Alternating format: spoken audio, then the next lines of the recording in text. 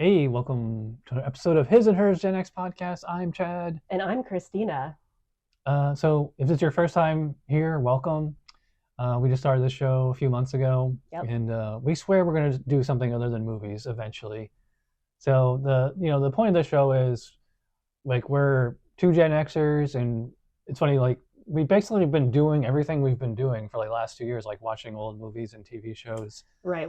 Now And we're just talking about it. yeah, and I was like, why don't we just, yeah, we should just, we're watching these things anyways. Why don't we do a podcast about it? Mm-hmm. Yeah, so like we're kind of like a no frills podcast. Like we're not going to show clips and music and all that stuff. Um, Maybe in the shorts, maybe, but it's just us talking. So this might be better as an audio podcast, which you can follow on iTunes, Spotify, all podcatchers. I like All the Overcast. things. Yeah. So if you don't want to just sit here and watch us, you can listen in your car or while you're walking around or whatever. Right. You Mm-hmm. don't have to watch us. Yeah, and we have like no script or agenda or outline or anything. Like so, if you've never seen the movie that we're talking about or whatever it is we're talking about, like you might be a little left out. Like this isn't like Siskel and Ebert, like where we're showing clips and telling you like why this is a good or bad movie or whatever. Right. It's just us rambling about different things. Although we do take notes on whatever we watch or Yeah, I yeah. take notes when we're watching typically, Mhm. so I can remember to bring up a certain point. Mhm. So at least we're doing that. Yeah. So, oh, and also we're on Instagram, TikTok, obviously YouTube. Uh-huh. This week's episode, we're talking about the 1980 movie The Shining. Was this your first time seeing it? What was your history with this movie? So I think I first saw this in high school. I was reading a lot of Stephen King. Oddly enough, I never read The Shining, but I read a lot of Stephen King. So I caught it during that time. So I had Mhm. nothing to compare it to, but yeah, Stephen King hates this movie, or he used to. He probably likes it now because it's made a lot of money. But and then I didn't see the other ones you mentioned. I saw Full Metal Jacket in college because my roommate, Mhm. he was like, you got to see this. And then I didn't see Clockwork Orange until lockdown. Oh, really? Yeah. A couple years ago? Yeah, it was the first time seeing it, and I thought, why have I waited so long to see this? Because it was so good. I love that movie in the late 90s. It just blew my mind. It was like, it's very creepy. It's very disturbing. And then A Space Odyssey was with you, right? Oh yeah, we watched 2000. Like it's funny because like that's rated G. Talk about a slow movie, but Yeah. visually it's just so amazing. And that was the first time I had seen it. Was last year, Mhm. I think. So, and Eyes Wide Shut was terrible. Did you ever see that? I saw that in the theaters. Uh, I had to sit next to this couple. I have that on Blu-ray. I mean, we'll get to it someday. We don't have to do it right now, but Yeah, I didn't like it. Yeah, so I saw that in the theaters. I haven't seen it since. That was his last movie, right? Yeah, he actually died like right before it came out in the theaters, I think. Maybe he peaked with The Shining and just declined from there. Well, he only did two. He did because Shining was 1980, and then Full Metal Jacket was 87, and then Eyes Wide Shut was like 96. Yeah, something like that. It was like the height of Tom Cruise and Nicole Kidman, 96-ish. Yeah. Anyway, so I took a lot of notes for this movie. I love that the opening credits is just like plain Helvetica text just scrolling straight up. It looks like it was made like on Windows Movie Maker on like a Windows XP. Yeah, it's very low tech. But I was mesmerized by the scenery. It opens with the car slowly driving through mountains and then finally to like the frozen tundra where they end up. And it was like such smooth footage. And I was like, did they do this with a helicopter?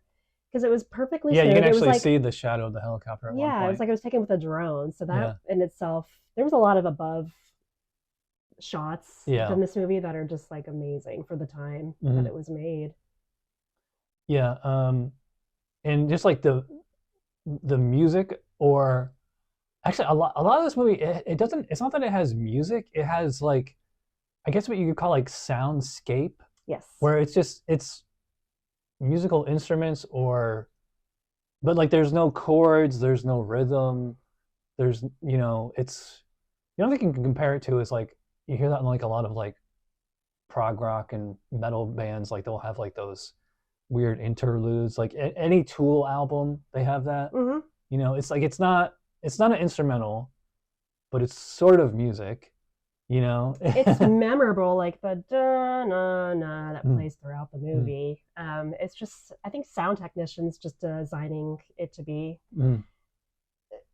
The music is creepy in a Yeah. way. It's like absence of any thought or feeling, really. It's Hmm. just like you said, very basic chords, It's but like it's it's not even effective. chords. Well, at some points, you know, at some points, like there's no chords, rhythm, or anything. It's just like whenever like something scary happens, you just hear like, "Wah," you Yeah, know. very, very good at using sound design. Yeah. And this is probably the best movie we've seen that in, that we've Hmm. reviewed so far, where they knew what they were doing. Well, yeah, we watched the bonus material, and Hmm. I guess the same lady who did the score for this also did Clockwork Orange, and yeah, like Clockwork Orange has that really early '70s synth, you know, sci-fi sound to it. Well, they showed this machine she used, but I couldn't tell you what it is. But it was, I don't think they even use it anymore. Some certain machine she I know used it's to like create the I know it's all sounds. this obsolete tech, and it's great. Yeah, You know, it's like because they used to actually film on film and not. I mean, they would record on tape, yeah, right? but yeah, I think it's just a difference between 20th century and today, you know, Yeah. and especially that's why I love like those old 60s and 70s sci-fi movies, like really low tech. Like, do you ever see like Logan's Run? Oh, I love Logan's Run, Yeah, that's another one. but it's It's so low budget. yeah, it's low tech, but it's Hmm. but at the time it was high tech for the time, but it's low tech by today's standards. But it's also you know any of those like old school. We're getting off topic, but anyways, um, something I noticed on and I wrote down on this is Kubrick's use of silence. Yep. Is there's a lot of parts where like I think like the first time like they show like when they go to the hotel, you know, Jack he brings his wife and kid Hmm. and Danny's like Oh, starting like I don't know if it's like a flash forward that or whole introduction silent, right? The whole well, I'm talking first about this part. part where Danny he start like when he gets in the hotel, like he can tell it's haunted or whatever, Hmm. and like he sees like the twins, and they show like this one shot of him like screaming, but like it's silent, which was Yes. also I believe that was a technique in 2001. Was there was a lot of that, although that kind of makes sense because it was in space and there's you know it's a vacuum, Yeah. but it Silence to me creates tension. If yeah there's no music, you're kind of just focused on exactly what you're seeing in front of you, yeah which is kind of tense. So he uses it very effectively. hmm Like when he's typing in that yeah huge room, Jack is yeah. typing, and you just hear the typing echo throughout it. That was another thing I love about this movie is like The it's sound, clearly what it looks like it was shot in like a real hotel or whatever, but it and it's like wasn't. it was in these big huge sets. You know, like they've had the camera like I don't know 50 yards from Jack Nicholson at the desk, and like you'd actually see her get up and walk over to Danny, like when he comes back and he has like the scars on his neck or whatever. Yeah, Remember? Because yeah, and oh, the use of the steady cam. So like one amazing. of the first, actually I think because we were again going back to the bonus footage, they were showing how they did the steady cam where Danny is riding the big wheel around, and they had to, I guess he just turned the steady cam upside down and like you know it's like a guy like following him. Yeah, it Follow. was like a really cool tracking shot. It's a cool tracking shot, and then I noticed when he's going over the rug, you hear the da Yeah, da da yeah, da da of hitting yeah. the floor, and I was like, I bet that's real, and it's probably not even ADR. They I might have actually captured that sound while they were filming I it. think they said that on the behind the scenes stuff, but yeah, Yeah, like that's cool. it's funny because like if any kids are watching this, you know, like literal kids, they're probably I don't know if they would be impressed or not, but again, it's a difference between like low tech and authentic versus like you know today's anything high tech AI could do. I don't know. I think kids would watch it because you have a feeling like something Mm-hmm. ominous is building Mm-hmm. up. So I think that keeps people engaged enough to stick with Mm-hmm. it, because it is a long, it's not even a long movie. It just feels like a long movie I know. because it's so slow paced. That's most Kubrick movies, especially, Yeah. and that's another thing I noticed is like at the beginning, like when he goes for the job interview, it's just like completely like realistic dialogue of like as this guy was like on a real job, like because it's very I don't want to say technical, but just kind of banal, I guess. Yeah. Like remember like in 2001, the whole like first half of the movie is like boardroom meetings. You know, it's like very banal, Mm-hmm. just not boring. It's just kind of like a lack of. And there's always just like that one moment though where like something really creepy happened. And it's funny because like Yeah. we were watching it, so like you go into this job interview, and he's just like they just kind of like so nonchalantly says, "Oh, did you hear about the last caretaker went nuts and killed his wife and kids?" Yeah, it's like you get to stay here for 3 months. You get free room and board. Mm-hmm. You can eat as much food as you want. Mm-hmm. You get paid. That's all you got to do. But the ex caretaker axed his entire family into little pieces. Yeah. Like he was very honest about that. I don't know. There was a lawyer sitting there. He may have had to divulge that information. Probably. Yeah. But he was just so sleazy. The way that he came off is just like a sleazy character. And also like the part where you first see Scatman Crothers, and like he's showing them around, and he's like listing all the food in the pantry and the fridge or whatever. Mm-hmm. And again, it's like it's realistic, it's banal, it's not boring. And then there's only one moment. I didn't realize this was there's only one moment in the movie where he talks to Danny like telepathically. Yep. So I thought that I hadn't seen this in a long time. I thought like they were having conversations, but it's just, you know, like he just says, "Hey, what's up, Doc?" Or, you know, "Do you want ice cream?" or something. I forget what he says exactly. But no, yeah. Do you want some ice cream, Doc? Yeah. And that's when the mother says, "Wait, how do you know his name is Doc?" Yeah. Yeah. Well, later he's obviously communicating to him when he summons him for help. Mm-hmm. He's an what's his name? Well, the chef. I forgot Halloran, I think his name is Halloran. Yeah. He's in Florida and he summons him, but they don't show if there's dialogue. We just know that they're communicating somehow. Yeah, that's something I forgot. I forgot that he like went all the way back to Miami. Me too. And then he had to fly all the way back because he sensed that something was in distress. You know. He went a long way to that house. Yeah. Yeah, and as soon as he gets in, then Jack Nicholson kills him with an axe. So he can die. Yeah. And it's like, that's the only on-screen death. And I mean, like, there's, like, obviously the blood coming out of the elevator.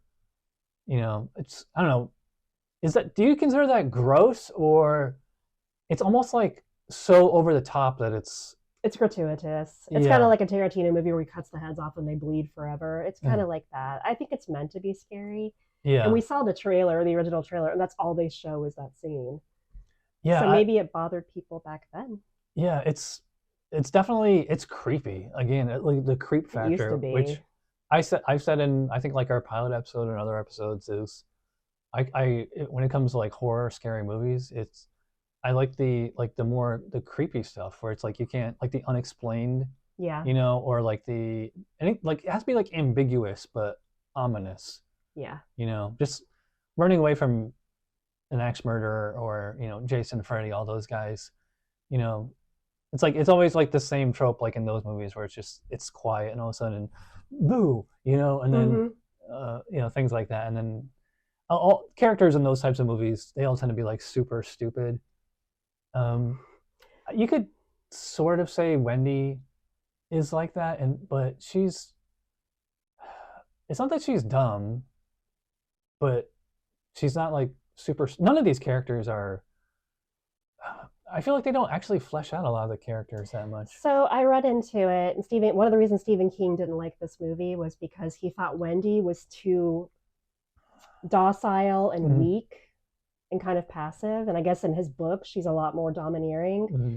But I feel like in this particular movie, she would have to be like that because she would have left him otherwise. Yeah. Like, a woman that was strong wouldn't have stayed with this character, as awful as he was. Yeah, it's funny because I never noticed, or I just didn't remember that Shelley Duvall has like almost like a Texas or Georgia accent or something. She's from Texas. Yeah. Yeah. She still has the accent in this movie. Yeah. And I mean, I hate to say it, but like she's not very attractive.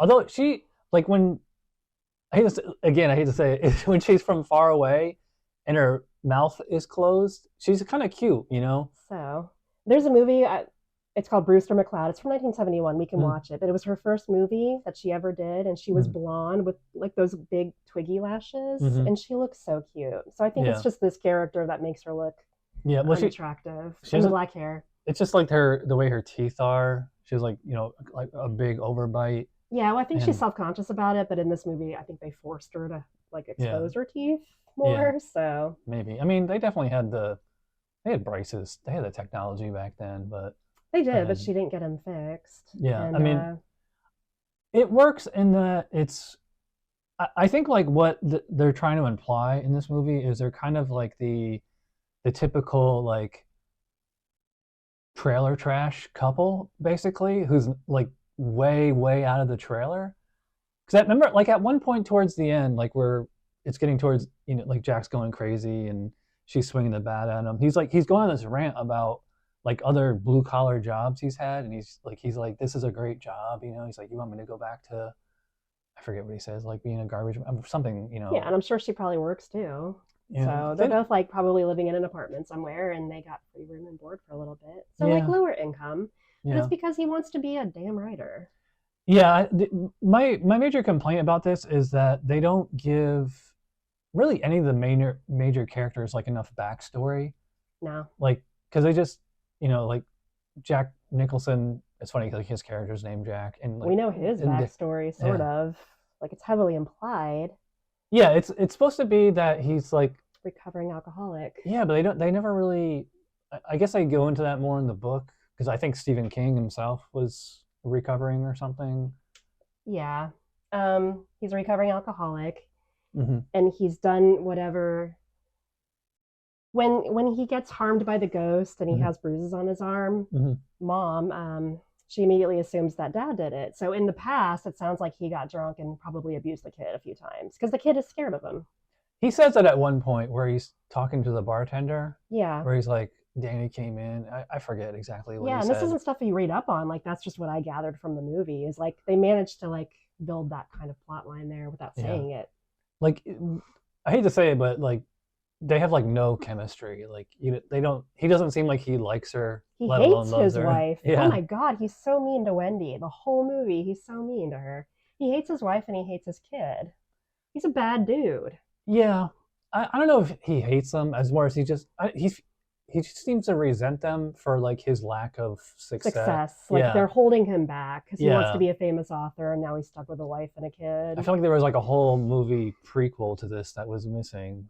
Yeah, but that's like kind of what you gather there. I kind of get like that she's staying because like again this takes place in the 70s, so they didn't really have like divorce on demand back then. Yeah. And it was kind of like, and they don't really get into whether they're you know, religious or, you know, like what their values are or anything. It's just kind of like once you get married and have kids, that's it. You stay together. You know, most people mostly did, mm-hmm. especially if they're financially dependent on one another. So yeah, she didn't strike me as that she had a job. Well, I mean, if she did, it was maybe like supermarket cashier or something like that. You know, if you notice throughout the movie, and I did this time, she does everything. She does all the work around the house. She's like counting things in the pantry. Mm-hmm. She's like phoning when there's a storm. She phones in to the police to make sure everything's. And he's not doing shit. He just sits there and he writes the whole time. That was a nice attention to detail part where she's talking to the police through the walkie-talkie or whatever. Mm-hmm. Is every time they talk, they say over. Like that's like a real. That's like, again, like that's like the realism. There's like lots of moments of that throughout this movie of like these little realistic things like that. Is because like whenever you watch like any military movie, you know, and they talk back and forth like between radio or whatever, like they don't really say over. Like I was in the Navy. We never said that, you know. Do they say Roger that? Roger? Don't they say Roger? Sometimes, but it's funny. We were watching another show where they keep saying Roger that, and I'm like, nobody says Roger that in the real world. They don't? No. Like, well, I don't even know where that comes from. You mostly just say it in boot camp. And I remember when I was on the ship and we got a new chief in, and he's just like, if I hear one of you guys say Roger that to me, like that is like a passive aggressive FU to me. He's like, whoa. Don't say Roger that, chief, because he's like, I know what that means, you know what that means, so you know. And anyway, we're getting off on a tangent again. So one of the things I made a note of is while I was watching it is if I was staying in that hotel, I would sleep in a different bed every night. Like, would you just stay in that little apartment? I would like test out all the rooms. You've got like 50 rooms there, probably more than that. Yeah, and this has the classic trope of that one room that, like, I guess where like the murder happened. Room 237. Yeah. I wouldn't sleep there, but I'd sleep in all the other rooms. I wrote down is that another thing that it's a cliche. I don't know if it was a cliche at the time, but it's definitely a cliche now, especially on the heels of last week when we watched Poltergeist. Like at the beginning where he's giving a tour of the hotel, he says, "Oh yeah, it was built on an old ancient Indian burial ground." Noticing a theme here. Yeah, there was like a lot of that occult stuff back in that era of movies. Yeah, just witchcraft or just ghosts. A lot of occult stuff back in those days. I mean, like think of all the major horror movies. It's all occult. It's not even a matter of that. It's also I'm trying to think of that like as through like realistic, relatively speaking, is how can you? I mean, we probably have more regulations now than they did then, but I just can't imagine like the EPA or even the city council or whatever it was when they built the hotel. Because they said it was built like in the early 1900s or something. Yeah. Like, it's just like, it was built on an old Indian burial ground. I can't imagine that like whatever the government was at the time just like gave clearance for that. Yeah, because now if you encounter a bunch of skeletons, you've got to like stop. Yeah. And it becomes a preservation site. Exactly. It happens all the time in Florida. Something I wrote down. I said the music rarely stops. Like except for like once I guess the second act and on, there's like constantly either music or soundscape or something. Yeah. It's like contrast to the first part of the movie where there's not a lot of sound. Yeah. So it's probably just because it's building up. Mm-hmm. It's building up the tension. I think Kubrick really likes zoom-ins and naked women. I don't remember all the naked women. I've seen different versions of this movie though. That's probably like a long version you've got there. So there's a scene where he goes to check out the room where Danny got attacked or whatever by ghosts, and like he goes in that bathroom and it's like all green, and there's a woman in the bath, and like she pulls the shower curtain.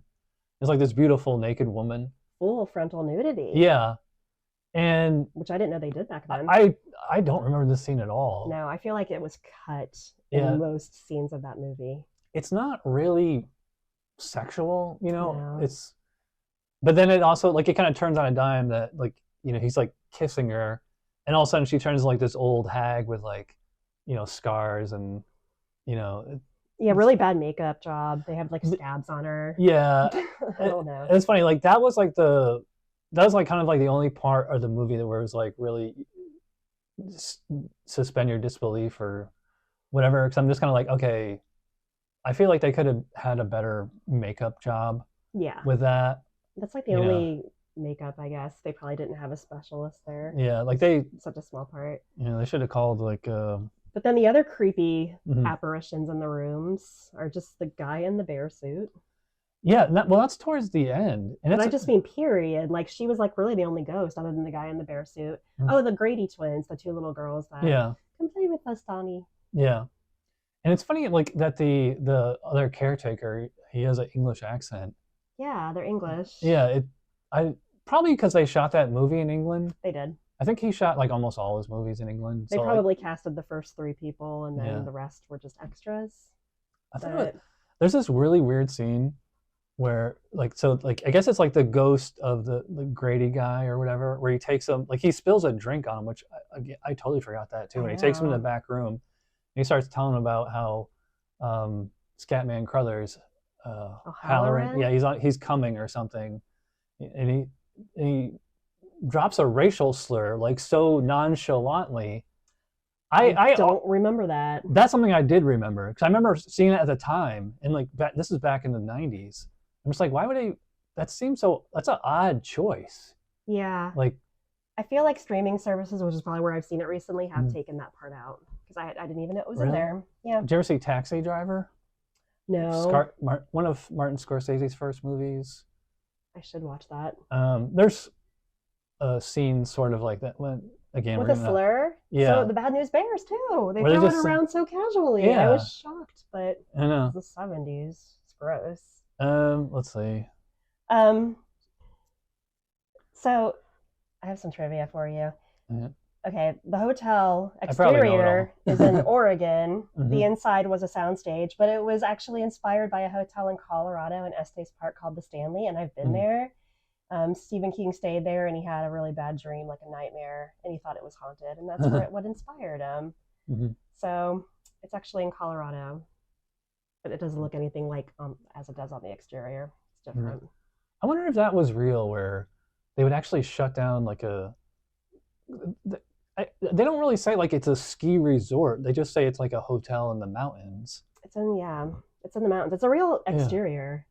Like, was that something that they did back then? Like, I mean, they still had roads and cars, and I guess it was like just like the city or the town or whoever just didn't plow the roads to and from the hotel in the winter. Right. So, if it's the only place out there, they're not going to waste their time on that. And also, like, why do That's why they close. Why do they need to have a caretaker for the winter months? It's just like, can't you just shut everything off? And well, like, I think they explain that they have to maintain some things. So they have to maintain some things, or I guess when they come back, it'll be broken. Which makes me wonder: do people really do this for a living? Do they stay in hotels in the winter? Over the winter?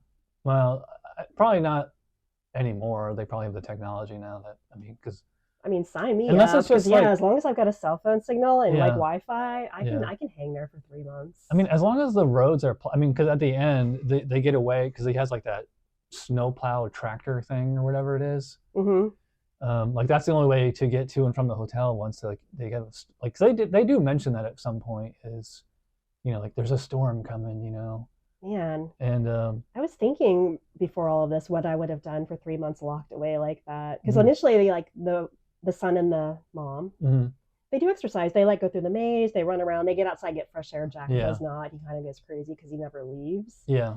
And I was thinking unlimited food, and they had a cigarette machine in there too. Yeah. I was like, I'd probably start smoking and probably eat a lot of food, honestly. Did you notice that they show Wendy, she's holding cigarettes a lot, but I don't think she ever actually takes a drag, maybe one or two. Maybe she didn't smoke for real. Yeah. But yeah, she's probably smoking a lot. She's under a lot of stress. That's something I always notice in old movies is like people are just constantly smoking. Like even in like Stranger Things, that's something that a bit of realism that they added. Like a lot of the characters are just always smoking. Usually it's always like the bad characters smoke, Yeah. That's always kind of a signal. After it came out about Shelley Duvall and she was mentally ill later in life and stuff, but it came out that Kubrick would get her worked up into a frenzy. He would be mean to her and make them do, I think, 127 takes, and by the end she would be hysterical. And he did that to her, so she'd be hysterical. Yeah. It's kind of like you've heard of method acting. He's like a method director. He had her crying. Yeah. And then Jack Nicholson did the opposite. We're on take 127. He'd be like, here's Johnny. I think they said he improvised that because he was just so fed up with the whole process. So he got funnier, and poor Shelley Duvall, she just got hysterical. That's something they mentioned realistic. In the behind the scenes bonus DVD extras or whatever is like that's what Kubrick would do is like, I don't know if it's like he wanted the actors to improvise, but it was definitely, especially like in a tense movie like this, is you kind of actually want to get the actors annoyed and pissed off. Yes. And, it's not a comedy. No. So when he's doing the door to the bathroom after he goes crazy, that was take 127. It was the last take. But it got him to that point. I don't know. He would just bully the actors. Oh, you know what I should show you is, have you ever seen somebody recut? They did a fake trailer for this movie where they made it look like a happy movie called Shining. No, just Shining. Yeah, and they have like they make it look like a family-friendly movie about how. I'll show you after this because I don't think anything can make Jack Nicholson in this role look family-friendly. He looks so creepy the entire time. Yeah, but I want to see that.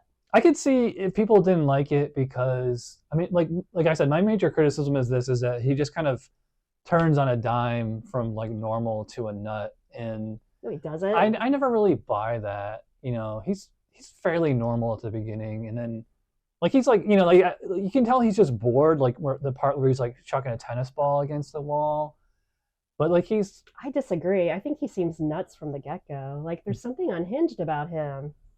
He doesn't like start off normal. I didn't really pick that up. I totally did. I don't know that.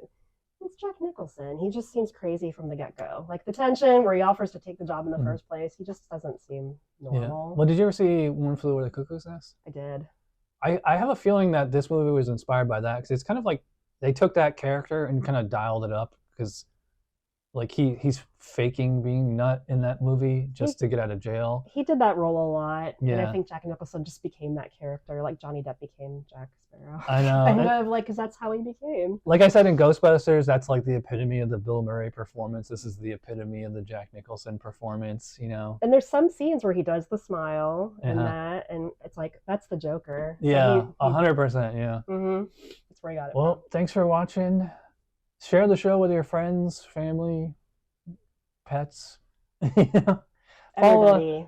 If you watch all the way in, you're awesome. Yes. But we'll have links to everything down there.